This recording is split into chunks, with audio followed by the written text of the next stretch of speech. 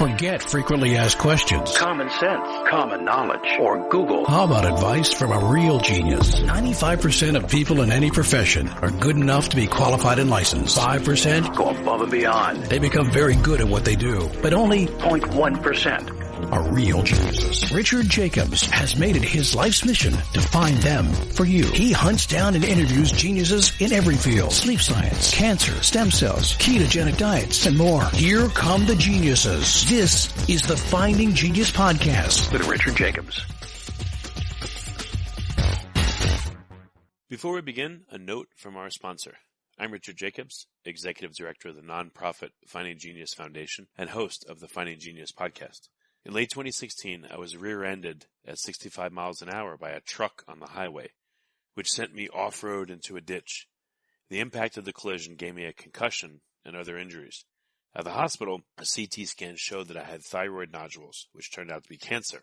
It was then, when I had a biopsy of my neck, that I realized even if I was a millionaire, I wouldn't want a second or a third biopsy due to the pain and the invasiveness of it. And appointments at that time for thyroid experts were 3 to 6 months out. And I was worried about dying now, even if that was irrational. So because of this, I've decided to raise money to conduct a literature review on steroids, on the causes of anxiety and depression, a condition that affects well over 50 million people in the United States and hundreds of millions worldwide. Our goal is to create a codex, a guide that reveals all possible treatments for anxiety and depression for people that live with the condition, or for loved ones that have it, as my wife and my son do. To find out more about our fundraiser, visit findinggeniusfoundation.org and click on current initiatives. And now to our guest. Hello, this is Richard Jacobs with the Finding Genius Podcast, now part of the Finding Genius Foundation. I have Dr. Stuart Madden. He's the CSO of Neurelis, Neurelis. And we're going to talk about his work there. Stuart has over 30 years of experience in the pharmaceutical industry, working on drug development programs from proof of concept through commercialization. So, Stuart, thank you for coming today. Thanks very much for inviting me, Richard. Well, tell me a little bit about how did you come to Neurelis? So what's your background? And then I want to ask you about Neurelis itself. Okay. My background, I've been in pharmaceutical research and development all my life, which is about 30 years now. I'm a chemist by training, and following university, I went into the pharmaceutical industry, and I've been there ever since. So that's my sort of background in terms of. Okay. What's the premise of Neurelis? What are you guys working on there?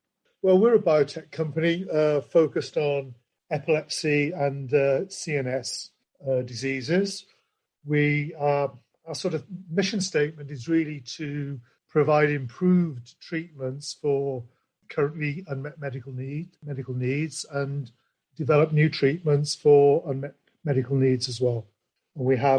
That's a bit general. What are the medical needs that you're all focusing on? Is it seizures? Well, we have one commercial product for epilepsy, and then we're looking at other products for anxiety disorders and panic attacks. And we're also working on some other neurological indications as well. Okay, and which of the the indications you're working on would you most like to talk about and highlight? And we'll focus on that. Well, I think some of the maybe the epilepsy indication in terms of the development of that, and some of the challenges and some of the opportunities for improving treatments in that area. What Neurelis is working on, is it a preventative? Is it a fast-acting treatment? How would you characterize it? Well, I'd characterize it as a significant improvement on the current standard of care for the treatment of acute repetitive seizures, in that it's a far more convenient route of administration. The current standard of care was or traditionally it had been a rectal gel, and you can imagine that our drug product is a nasal spray. So that's a significant improvement in terms of patient acceptance and patient compliance. So the convenience aspect of it is critical in this type of condition, where these type of seizures can happen at any time and at any place. Have a ready treatment to hand that's convenient to use by self-administration or a caregiver is a significant improvement in terms of the treatment paradigm. So what are the different kinds of epilepsy, and how do they onset? I don't know much about it, so that's why I'm asking for a little bit of this background. Okay. Well, I'm not the best person to ask for that because I'm not a clinician. They happen relatively randomly. It's very difficult to predict when you're going to get a seizure, and therefore having a treatment that is at hand and convenient to administer is a significant benefit. What is this nasal spray that you guys have developed? What does it do? When is it taken? Is it, does a patient start to feel like, oh no, I know this feeling, I'm about to have an epileptic fit? They spray themselves and it prevents it, or how does it work?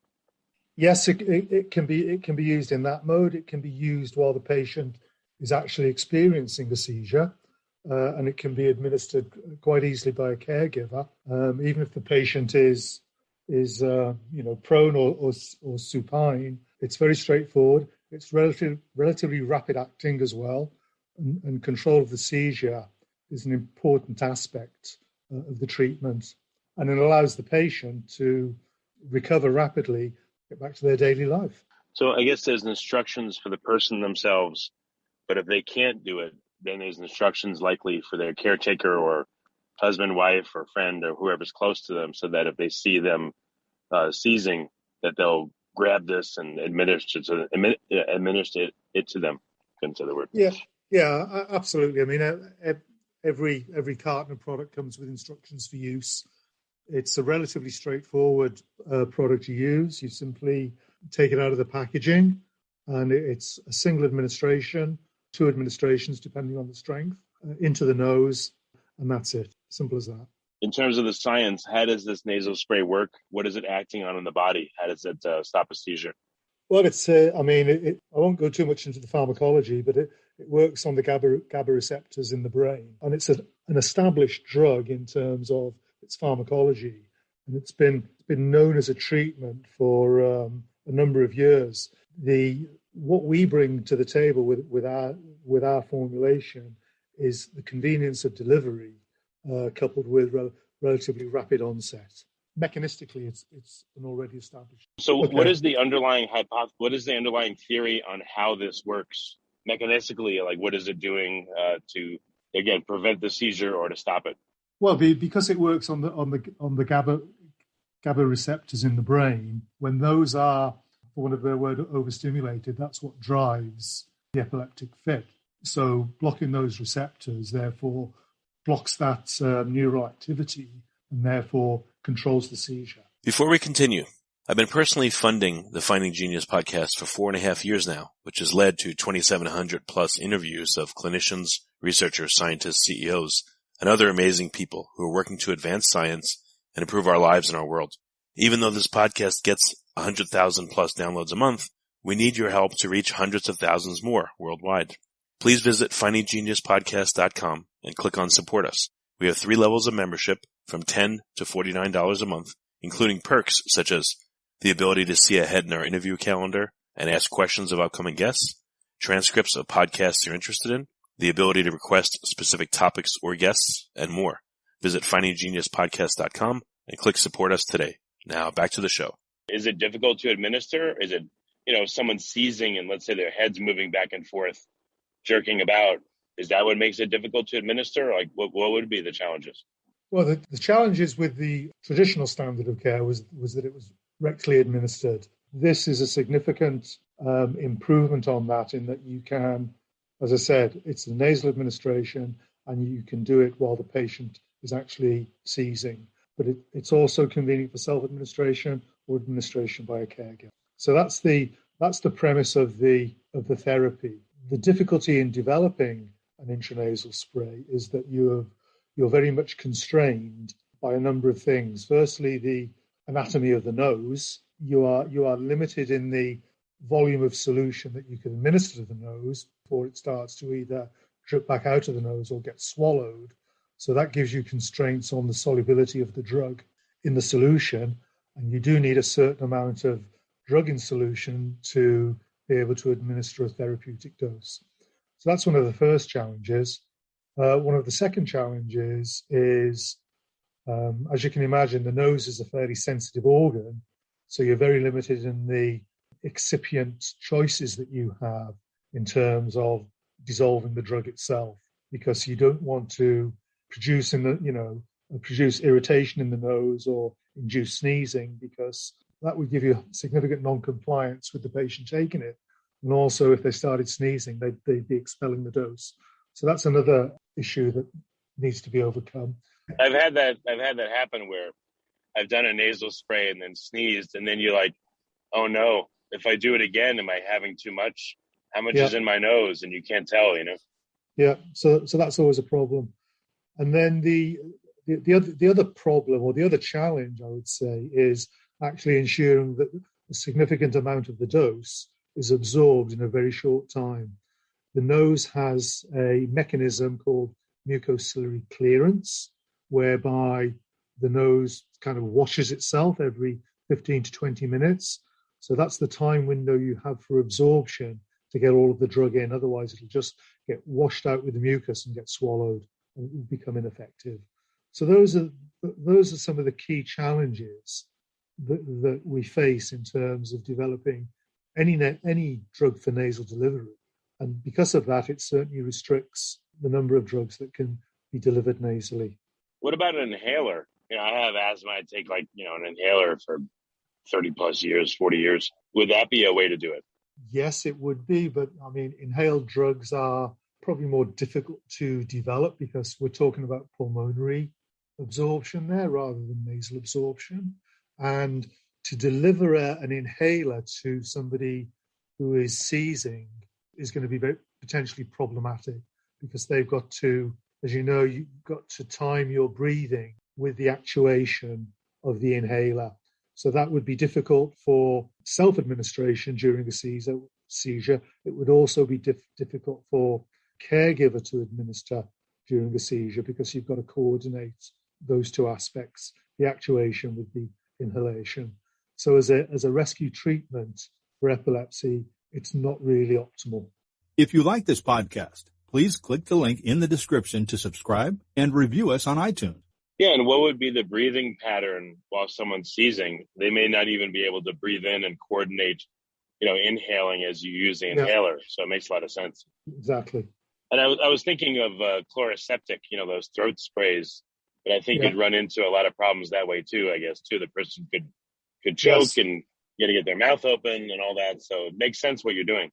Yeah, and it's non-invasive, for want of a better word. I mean, just putting the tip of the nozzle of the sprayer up the nose and administering it is very convenient compared to other modes of treatment.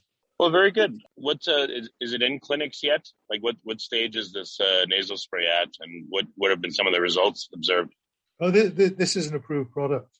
This is approved. This is commercially available in the US. One of the other aspects that is unique about this product, I mentioned earlier about the mucociliary clearance and the need for rapid absorption. It's actually formulated with our proprietary technology, which is called Intravale, which facilitates or improves permeation of drugs across mucosal membranes. So that has been has provided significant improvement in the bioavailability of the drug, which makes it much more therapeutically viable in terms of absorption compared to previous products that were developed for nasal administration. All right, and then so if someone has epilepsy or they know someone that does, can they ask their doctor right now and possibly get a recommendation for it? Yeah, they absolutely can. Okay, well, very good. Stuart, what's the best way for people to find out more about the nasal spray? I would suggest they go to our website, neurelis.com. All the information is there, both for patients, physicians, healthcare providers, parents, etc. Anyone who is got any relationship with epilepsy will find a wealth of information on our website, just about the disease itself and about our treatment for it. Okay, well, very good. Well, Stuart, thank you for coming on the podcast. I appreciate it. Okay, thanks very much for inviting me. If you like this podcast, please click the link in the description to subscribe and review us on iTunes. You've been listening to the Finding Genius podcast with Richard Jacobs. If you like what you hear, be sure to review and subscribe to the Finding Genius podcast on iTunes or wherever you listen to podcasts. And want to be smarter than everybody else? Become a premium member at findinggeniuspodcast.com. This podcast is for information only. No advice of any kind is being given. Any action you take or don't take as a result of listening is your sole responsibility. Consult professionals when advice is needed.